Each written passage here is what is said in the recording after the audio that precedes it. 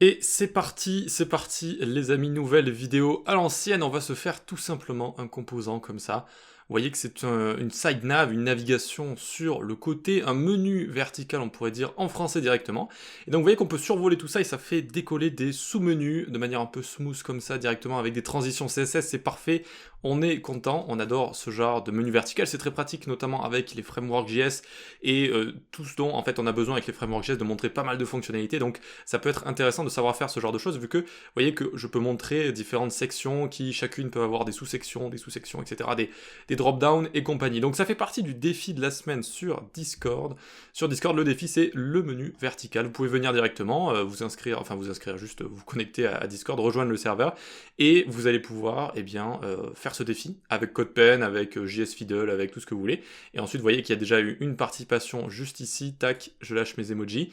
Et donc, vous avez juste à participer avec CodePen, JS Fiddle, Code Sandbox, etc., etc. Donc moi, je vais vous montrer comment on fait ça parce que on pourrait penser à du JS ici, mais je vais vous montrer une technique ultime en CSS, un peu une technique vraiment magique. Vous allez voir, on va parler contexte d'empilement, ça va peut-être faire un peu mal au crâne, mais c'est extrêmement pratique. Vous pouvez retrouver le code source sur UI Delivery. Alors, je sais pas pourquoi dans ma tête, c'est un site que j'ai créé où je mets le code de mes vidéos, enfin je commence à mettre le code de mes vidéos. Dans ma tête, je le prononce UI Delivery, mais non, c'est UI Delivery. Alors si j'arrive pas à prononcer moi-même le nom d'un de mes sites, ça va être compliqué. Donc voilà, vous allez pouvoir retrouver le code juste ici, SideNav, et puis vous avez le code HTML, CSS, vous avez juste à le copier, coller directement. Pour les icônes, j'ai pris des SVG, comme ça, vous pouvez le copier facilement. Allez, du coup, c'est parti, on va pouvoir commencer à coder de A à Z. Alors, qu'est-ce que j'ai juste ici ? Hop, ah oui, c'est les enregistrements. Je suis sur un nouveau PC juste ici parce que je teste de travailler en voyageant un petit peu en même temps pour voir si ça peut fonctionner. Donc directement, c'est parti, on va se retrouver ici. On est sur un dossier vide, donc on va pouvoir mettre ça même sur le côté. Hop, on démarre avec le live server juste ici. Ça va nous l'ouvrir juste à côté. Donc on a un dossier HTML vide juste ici. Dans notre style CSS, on a deux imports. Donc les fonds de famille OpenSang et Railway, un simple reset, et puis le fond en noir, comme ça fait moins mal aux yeux quand on code, tout simplement. Je commence à me faire vieux. Donc vous allez pouvoir retrouver le départ juste ici, hein, body, avec le reset, etc. Vous avez juste à le copier juste ici. Pareil, quand on va prendre des SVG, vous aurez juste à les copier ici. Voilà, pas plus dur que ça. Donc bref, on se retrouve dans le code juste là, et on va pouvoir commencer à coder. Donc dans notre HTML, pour commencer, on va avoir besoin de pas mal de choses. Donc je vais agrandir tout ça. Hop. On va avoir besoin d'une navigation avec la classe, je vais lui donner SideNav, comme ça. Ok, donc je suis avec Emmet évidemment. Sur IndexHTML, sur VS Code, c'est une extension qui est déjà intégrée, qui nous permet de faire ces raccourcis clavier, comme ça. Ok, ensuite donc il me faut un wrapper. Wrapper, en anglais, c'est ce qui va entourer un container, c'est ce qui va entourer tout le reste de notre navigation. Vous allez voir que ça va être très utile pour les contextes d'empilement. Ensuite, une div avec 3.container. Un container avec 3 points à l'intérieur, donc div.dot, .d $fois 3, comme ça, hop, et on a nos 3 dots. Donc d'accord, j'ai fait ceci. Div.dot, donc une des divs avec la classe dot, avec la classe d, $ pour avoir l'index, fois 3 pour en créer 3, et ça va faire dot et d1, d2, d3, comme ça, avec Emmet. Ok, très bien, donc c'est les 3 petits points qu'on a juste ici pour simuler, vous savez, l'icône comme ça, assez connue. Très bien, donc ça c'est notre 3.container juste ici. Ensuite on va en dessous, on va faire div.navBlock, .navBlock juste ici. On va commencer par se faire juste un bloc, parce qu'une fois qu'on en aura fait un, de bloc, c'est bon, tout sera fait. On aura juste à changer l'image juste ici, ok? Très bien, donc nav bloc juste ici, et c'est là qu'on va pouvoir prendre notre SVG, et donc on va pouvoir retourner dans UI Delivery, juste ici, et on va pouvoir prendre le premier SVG qui est juste là. Donc on a juste à le copier, voilà, hop, hop, et on peut venir juste ici le coller. Donc c'est un SVG qui va représenter comme ça un fichier directement, et c'est tout ce dont on a besoin. Donc navblock, notre SVG, et en dessous du SVG, on va faire div.subnav, ce sera la navigation en dessous, subnav. Donc ici on fera un h2 et subtitle 1 par exemple, juste pour se repérer. Et puis en dessous on aura une bonne vieille liste, ul avec li, a, hashtag, link. Et là je sais plus combien j'avais mis de link, 1, 2, 3, 4, 5, 6. Donc hop, on va pouvoir copier ça, tac, et coller. Voilà, parfait. Et là, on a notre disposition de base. Voilà, on a notre navigation, on a nos 3 petits points juste ici, on a notre navblock qui contient le SVG, et dès que je vais survoler ce SVG, ça va venir me faire glisser la subnav qui est juste ici. Ok? Très bien, et ensuite j'ai mon H2 avec une liste juste là. Donc on peut déjà commencer à styliser tout ça, vu que comme je vous l'ai dit, une fois qu'on en a fait un, on les a tous faits. Vu qu'après ça va être la même chose. Donc évidemment, j'écris link à chaque fois, ça fait pas très réel, mais j'avais la flemme d'inventer à chaque fois un nom différent pour chaque link juste ici. Donc ensuite, on va venir en dessous, et puis ça vous laisse démarrer comme ça d'un composant vide où vous allez pouvoir changer vous-même le texte. Donc side nav juste ici, j'ai envie de l'avoir où? J'ai envie de l'avoir à gauche, et j'ai envie qu'elle reste quand je scrolle comme ça. Évidemment, dans mon application, j'ai envie de toujours avoir mes petites fonctionnalités juste ici. Donc qu'est-ce que j'utilise? J'utilise le bon vieux position fixed. Position fixed, une hauteur de 100 VH, 100 viewport height, ok, et left 0 et top 0. Donc c'est placé à gauche, en haut, hop, on vient coller comme ça notre nav à gauche. Parfait. Donc on peut venir juste ici. On voit que ça s'est collé juste là, hein. J'ai mes éléments qui sont juste ici, donc déjà ça commence à sentir bon. Ensuite, alors je peux grossir un peu, hop, mon wrapper, je vais lui mettre un background 3-3-3. Alors je joue ici sur des dégradés de noir, hein. Donc j'ai du 2-2-2 juste ici, et 3-3-3 juste ici. Donc vous voyez que ça fait un dégradé assez subtil comme ça, voilà.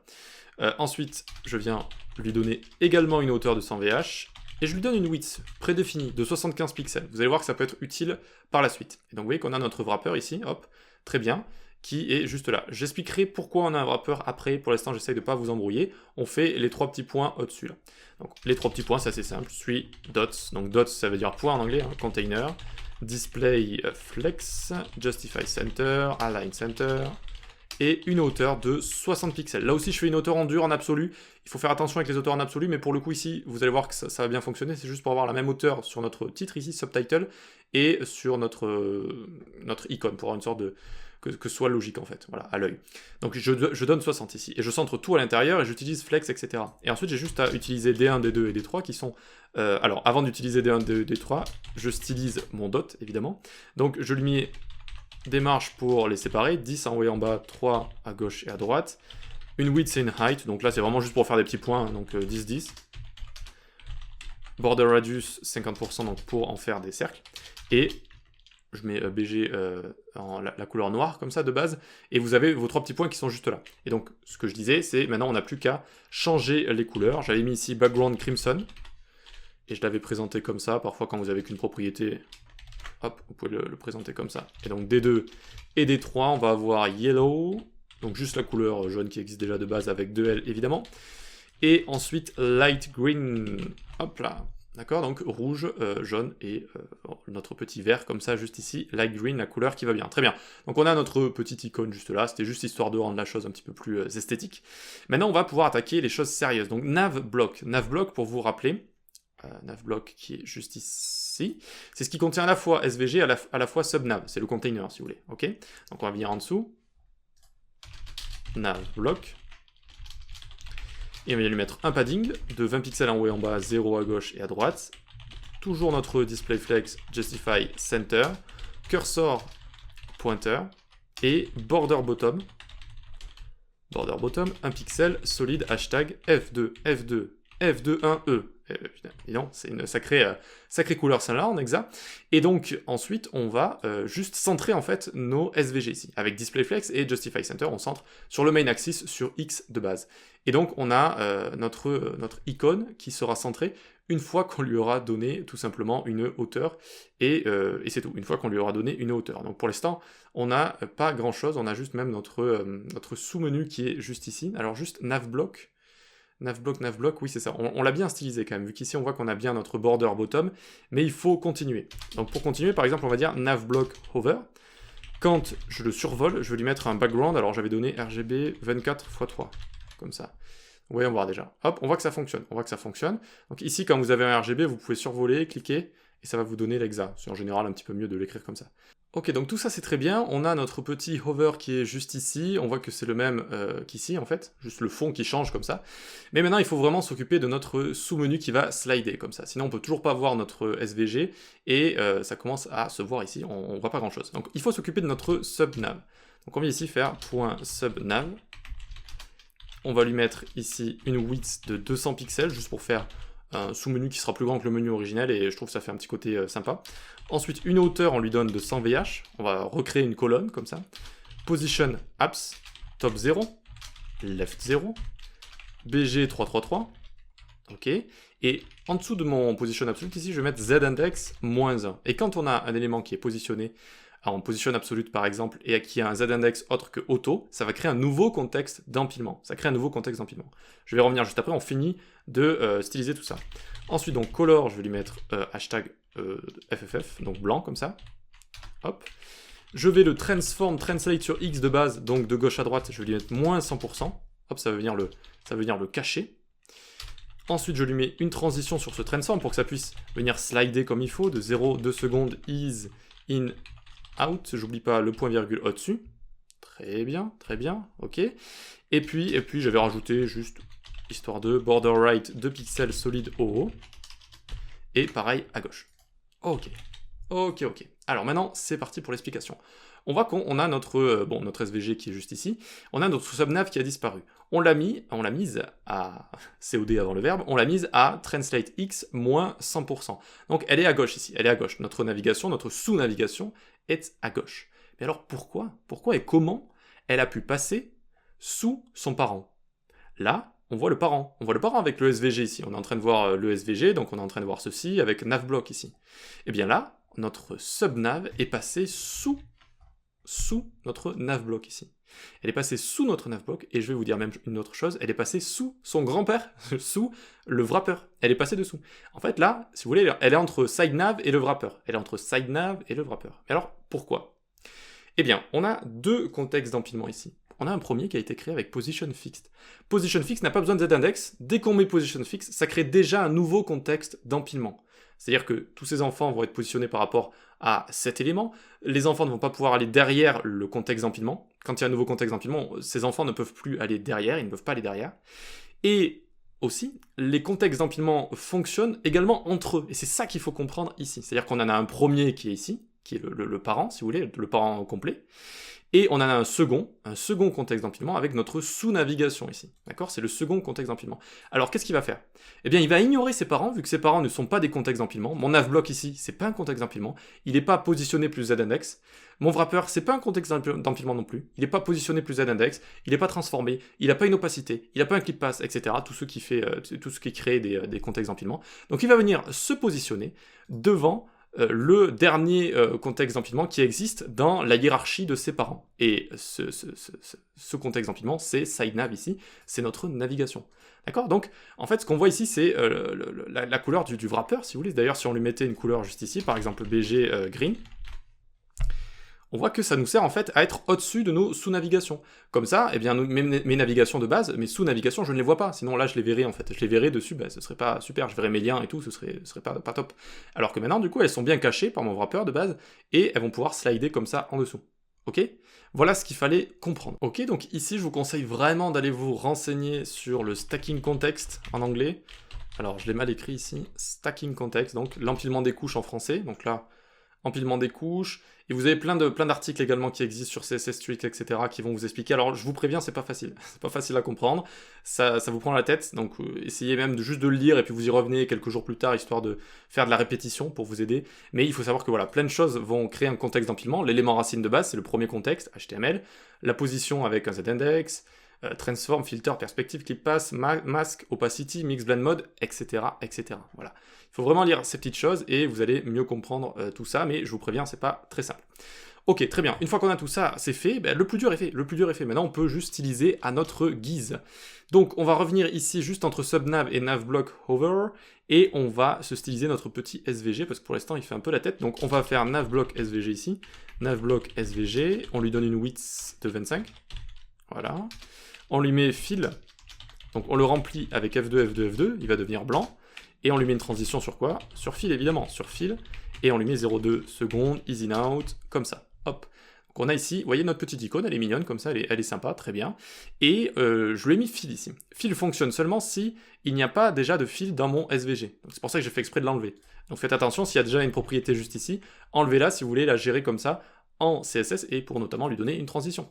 Une transition quand je vais faire navblock hover, quand je vais hover mon navblock, je lui donnerai donc fill hashtag 50bddf, comme ça, ok? Une sorte de bleu, je trouvais ce petit bleu sympa, donc je me suis dit, hop, mettons-le là, voilà. Très bien, super. Maintenant, comment on va faire pour activer également notre sous-menu qui va slider? Eh bien, j'ai juste à venir ici et dire que quand je vais hover mon navblock, ou un navblock, alors subnav qui se situe à l'intérieur D'accord, vu que c'est toujours un enfant. C'est toujours un enfant, donc je peux le sélectionner comme ça avec les sélecteurs CSS. Translate X, 75 pixels. Hop. Et normalement, tac, on a bien ici notre translate qui est effectué. Voilà, on a notre translate qui est effectué directement. Alors je le trouve un peu rapide, mais à mon avis, oui, une fois que ce sera stylisé, ça donnera un petit peu mieux. Mais voilà comment c'est fait. On joue sur les contextes d'empilement et comment ils s'empilent entre eux, du coup, entre les contextes, parce que ça aussi, il faut savoir, quand vous en avez plusieurs, ben, ils s'empilent entre eux. Et ensuite, eh bien, on n'a plus qu'à jouer sur le fait que ça reste toujours un enfant, on peut le sélectionner, et puis on va le faire slider avec Transform, comme ça. Donc je vous ai dit que c'était vraiment une technique magique, hein, vraiment une technique assez exceptionnelle, on va pas se cacher, parce qu'on n'a pas besoin de JS ou quoi que ce soit. Ça, je le faisais vraiment en JS avant, avec des mouse center, etc. Mais maintenant, il n'y en a plus besoin, d'accord? Il n'y en a pas besoin ici, on peut le faire sans, avec cette technique. Donc très bien, une fois qu'on a fait tout ça, on va s'occuper de ce qu'il y a à l'intérieur de notre sous-menu. On va venir ici, subnav H2 comme ça. Fond de femme, j'ai rajouté donc Open 100, très connu, très sympa. Une hauteur de 60, comme je vous avais dit, juste pour se calquer sur le logo qui est à côté. Et puis on centre le texte qui est à l'intérieur. On centre, et puis on joue avec les couleurs dark un peu comme ça, vous voyez, pour faire différentes couleurs, pour séparer un petit peu tout ça. Donc j'ai bien mon subtitle 1 juste ici, très bien. Je peux continuer et faire subnav ul list style type none, on enlève les petits points. Subnav li, on met du padding pour nos petits items de liste. Et puis on va dire également que quand on va les survoler, subnav li hover, on va leur mettre background RGBA 163 fois. Donc encore une fois, ça c'est quand j'ai fait des petits tests à chaque fois pour trouver la bonne couleur, donc c'est normal qu'ils me l'écrivent comme ça, et 0.555 comme ça, voilà, et cliquez si vous voulez avoir la couleur en exam. Ensuite, pour terminer, et on a déjà terminé, subnav li a, color F2, F2, F2, et text déco, text decoration, none, comme ça, ok? Et donc regardez, hop, c'est bon, on a nos éléments, alors on a juste rajouté du padding, un petit effet over, comme ça. Voilà, rien de bien sorcier, mais déjà c'est très sympa d'avoir ce genre de choses. Encore une fois, si vous avez beaucoup de choses à montrer sur un site, il faut chercher des moyens de pouvoir les afficher, et c'est pas si simple en termes d'expérience utilisateur. Et là déjà, vous pouvez mettre beaucoup de choses, vous pouvez mettre beaucoup de choses. En plus, ça peut aussi se coupler avec un menu de base, une navbar que vous avez en haut, de base déjà, qui a déjà des éléments. Voilà, ça peut venir se coupler à tout ça. Navbar qui pourra se retrouver en bas, par exemple, en mode portable. Voilà. Donc, c'est fait, le plus dur est fait. Bon, du coup, on va pas tout recopier, le reste, c'est juste du changement de SVG. Si vous voulez, du coup, l'avoir, vous cliquez juste ici, HTML, et vous venez le copier. Donc, vous survolez et vous scrollez en même temps.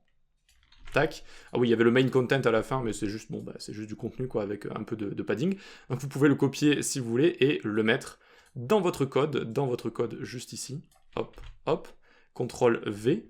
Et on peut venir juste ici, tac, et prendre le CSS également. Voilà, je vous ai montré le plus dur, hein. Je vais vous expliquer le reste du CSS rapidement si vous voulez. Hop, je CTRL V également ici, et on se retrouve là. Voilà, donc on a bien notre contenu, c'était juste pour vous montrer du contenu, et qu'est-ce qui est important avec ce main content, c'est ce padding left ici. Vous voyez que j'ai mis un padding left de combien? Eh bien de exactement la largeur de ma navbar ici, de ma side nav en fait. J'ai un padding ici, qui va juste décaler mon main content, et qui va nous permettre de toujours avoir une interface qui est cohérente, sans avoir du texte qui va passer sous ça par exemple, enfin, de base qui va être caché par notre side nav, d'accord? C'est normal que ce soit caché quand on survole comme ça. Voilà, donc ça fonctionne très bien. Ensuite, j'ai juste stylisé mon H1, un peu de margin, un peu de padding pour mon main content, et voilà comment on fait. Est-ce que j'ai autre chose à rajouter? Donc là, on a les autres SVG, vous voyez, on a les autres SVG. Et ce qui est bien, c'est qu'on a rien à changer, en fait. On a déjà notre transition qui fonctionne ici avec notre navblock, etc. Donc ça fonctionne pour tout le reste, en fait. Vous pouvez mettre autant ici d'items de liste que vous voulez. Ça va fonctionner, ça va tout le temps fonctionner. Voilà, j'espère que ça vous a plu. Si vous êtes jusqu'ici, j'imagine que oui. Likez, partagez, abonnez-vous. On se retrouve dans un prochain numéro. Participez au défi de la semaine pour vous entraîner. Souvent, je reçois des messages, j'ai envie de m'entraîner, j'ai envie de m'entraîner. Ben là, c'est vraiment... je vous donne des thèmes chaque semaine, vous avez vraiment juste à vous entraîner, c'est vraiment utile. Je vois vraiment plein de gens qui s'améliorent grâce à ça. Vous avez également mes cours sur les plateformes d'e-learning, et c'est bon, on se dit à la prochaine, ciao!